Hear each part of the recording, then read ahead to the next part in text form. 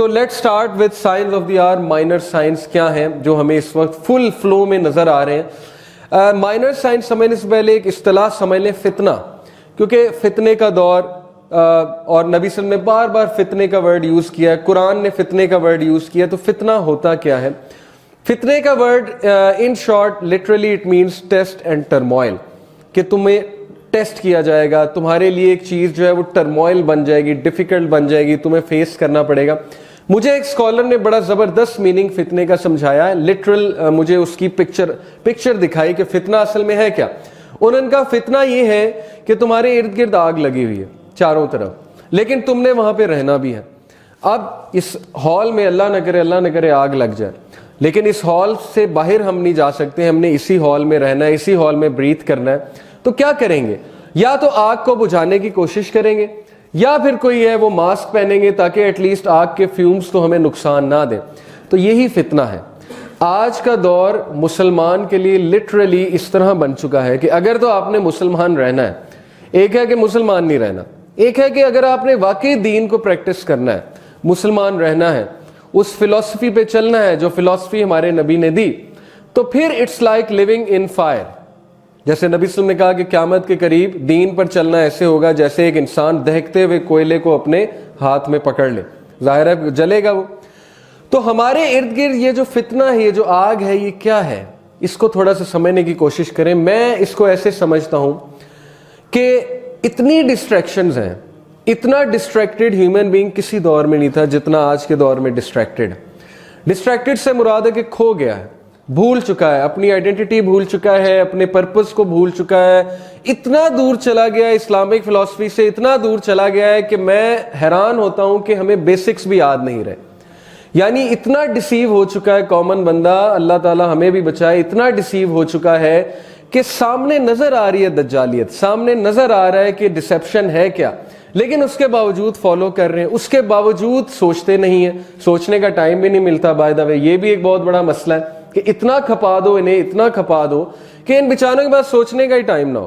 آپ دیکھیں ہمارا ایک ایوریج یوتھ, اس کے ساتھ کیا ظلم ہو رہا ہے. اس کو بچپن سے جو ہے وہ یہی سکھایا جاتا ہے کہ تم نے بس پیسے کمانے, اور اس کمانے کے لیے تم میں سرٹن سکلز ہونے چاہیے. اس کے لیے اسے اکیڈمی بھی بھیجتے ہیں, ٹیچر بھی لگا کے دیتے ہیں, ٹیوٹر بھی رکھ کے دیتے ہیں, اسکول بھی جاتا ہے, 8-9 گھنٹے اسکول میں لگاتا ہے, پھر 5-6 گھنٹے آ کے ٹیوشن میں جاتا ہے.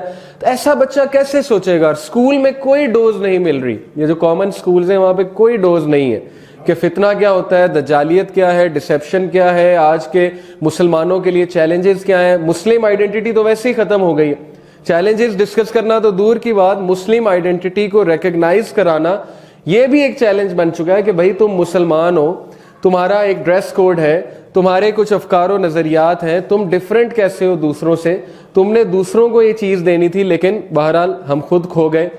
تو یہ اتنے چیلنجز بن چکے ہیں, ہیومن بینگ اتنا ڈسٹریکٹڈ ہو چکا ہے.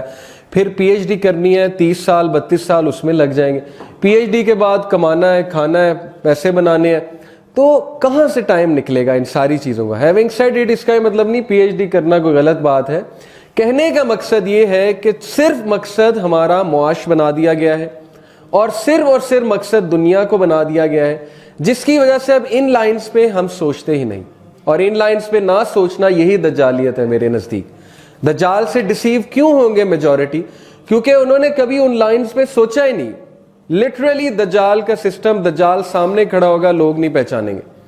میں آپ کو بتا رہا ہوں, نبی اکرم صلی اللہ علیہ وسلم نے کہا کہ اس کے ماتھے پہ کفرہ لکھا ہوگا. تو ایک کوئی بھی بندہ پوچھ سکتا ہے, ایک لڑکے نے پوچھا ایک اسکالر سے کہ پھر تو ہم پہچان لیں گے اگر اس کے ماتھے پہ اتنا کلیئرلی کفرہ لکھا ہے تو وی ول ریکگنائز دجال. تو انہوں نے کہا کہ اتنا سمپل نہیں ہے. انہوں نے چھوٹی سی مثال دی, انہوں نے کہا کہ تمہیں سگریٹ کی ڈبی پہ لکھا نظر آتا ہے تمباکو نوشی صحت کے لیے مضر ہے, لیکن پھر بھی ہم پیتے ہیں. مطلب کیا ہے کہ ایڈکشن اتنی ہو گئی ہے کہ اس چیز کو اگنور کیا جا رہا ہے, اس چیز کو مذاق لیا جا رہا ہے کہ یہ تو ایم ہی لکھا ہوا ہے. تو وہ سامنے آ جائے گا, چاہے کفرہ لکھا ہو چاہے کچھ ہو. ڈیپینڈنٹ اتنا ہو چکی ہوگی ہیومینٹی کہ وہ کہے گی کہ نہیں یہی ٹھیک ہے, یہی سچا ہے. اور ظاہر ہے ریسورسز ساری اس کے پاس ہیں. تو نبی اکرم صلی اللہ علیہ وسلم جب دجال سے ڈراتے تھے تو صحابہ کہتے تھے کہ ان کی آئیز وائڈ ہو جاتی تھی, ان کا چہرہ لال ہو جاتا تھا, اور اتنا ہمیں ڈر لگتا تھا کہ جیسے ابھی دجال پیچھے سے نکل کے آ جائے گا. تو ڈرنے والی بات تو ہے, ڈرنے والی بات اس لیے کیونکہ اس سے بڑا ڈسیپشن اور اس سے بڑا فتنہ آیا ہی نہیں آج تک. آدم علیہ السلام سے لے کر قیامت تک کوئی فتنہ اتنا بڑا نہیں جتنا بڑا فتنہ اس کا فتنہ ہوگا. اور ریزن یہ کہ people will be deceived and majority will be deceived. Multitudes of people will be deceived. They will be following him, going after him, لیکن انہیں احساس بھی نہیں ہوگا کہ ہمارے ساتھ ہو کیا رہا ہے.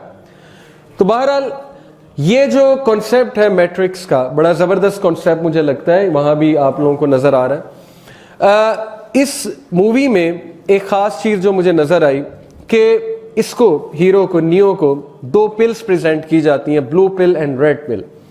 اور وہ ساتھ میں مورفیس کہتا ہے کہ بلو پل لوگے تو ٹھیک ہے, you will wake up in your bed اور اسی طرح جاب کرو گے جس طرح کر رہے ہو, زندگی اسی طرح چلے گی, کھاؤ پیو عیش کرو, نیٹ فلکس پہ بیٹھے رہو, موویاں دیکھو, ٹی وی سیریز دیکھو اور زندگی گزرنے دو, پیسے کماؤ. لوگوں کا کیا ہے, ہم نے اپنے پیسے کمانے, ہم نے بیٹھنا ہے, ہم نے اپنی زندگی گزارنی ہے, کمفرٹ میں گزارنی ہے, تو کمفرٹ زون میں رہو گے اور ٹھیک ہے.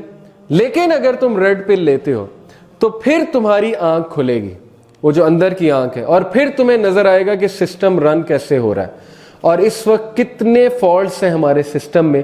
اور لٹرلی ہیومن بینگ ایک پرزن میں رہ رہا ہے, ایک جیل میں رہ رہا ہے, اور اس پرزن کی سلاخیں تمہیں نظر آنے لگیں گی کیونکہ تمہاری آنکھ کھل جائے گی اور تمہارا دم گھٹنے لگے گا, اور پھر تم چین نہیں لوگے جب تک کہ تم اس پرزن کو چینج نہیں کر دیتے.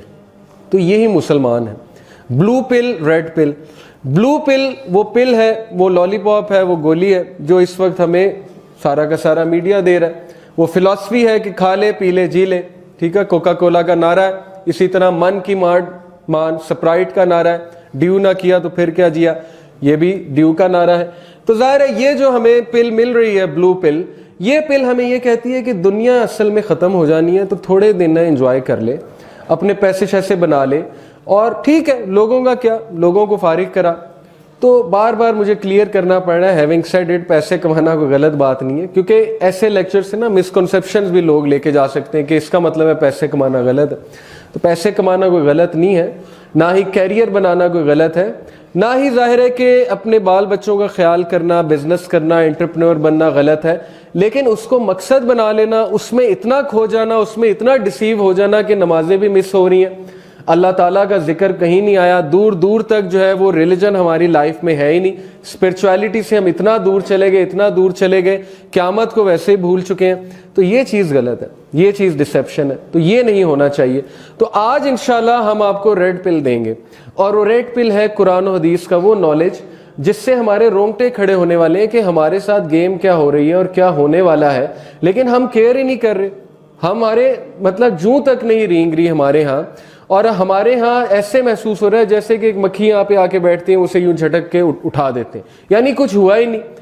تو آج اس چیز کو آپ کو فیل کرنا ہے کہ یہ نبی اکرم صلی اللہ علیہ وسلم کی حدیث ہیں, اور this will come true, this will come to pass, so we should be ready. آپ ہی وہ جنریشن ہیں, جتنے لوگ یہاں آئے ہیں اور بھی اللہ پیدا کرے گا, اللہ تعالیٰ کے ہاں کوئی کمی نہیں ہے. آپ میں سے ہی اللہ نے لوگوں کو اٹھانا ہے, آپ نے لوگوں کو آگاہ کرنا ہے, جا کے آپ نے لوگوں کو وارن کرنا ہے, ان کو تھوڑا سا جگانا ہے کہ بہت ریسٹ ہو گیا ہے, اب جاگو, تھوڑی آنکھیں کھولو. ہم نے اپنے گھر والوں کو بھی ریئلائز کرانا ہے کہ ٹھیک ہے بہت دنیا ہو گئی, تھوڑا سا اس طرف بھی تو غور و فکر کرو نا, اسپرچویلٹی, اپنے لائف سٹائلز کو آبزرو تو کرو نا کہ ہمارے لائف سٹائل کیسے ہیں. کیا ہم ایسی جنریشن پیدا کر رہے ہیں جو دجال کے آگے سجدہ کرے گی, یا ہم ایسی جنریشن پیدا کر رہے ہیں جو امام مہدی کے ساتھ ہوگی اور حق کے ساتھ ہوگی, اور حق کے خلاف, دجال کے خلاف کھڑی ہوگی اور حق کے ساتھ جو ہے وہ کھڑی ہوگی. تو یہ چیز سوچنا بہت ضروری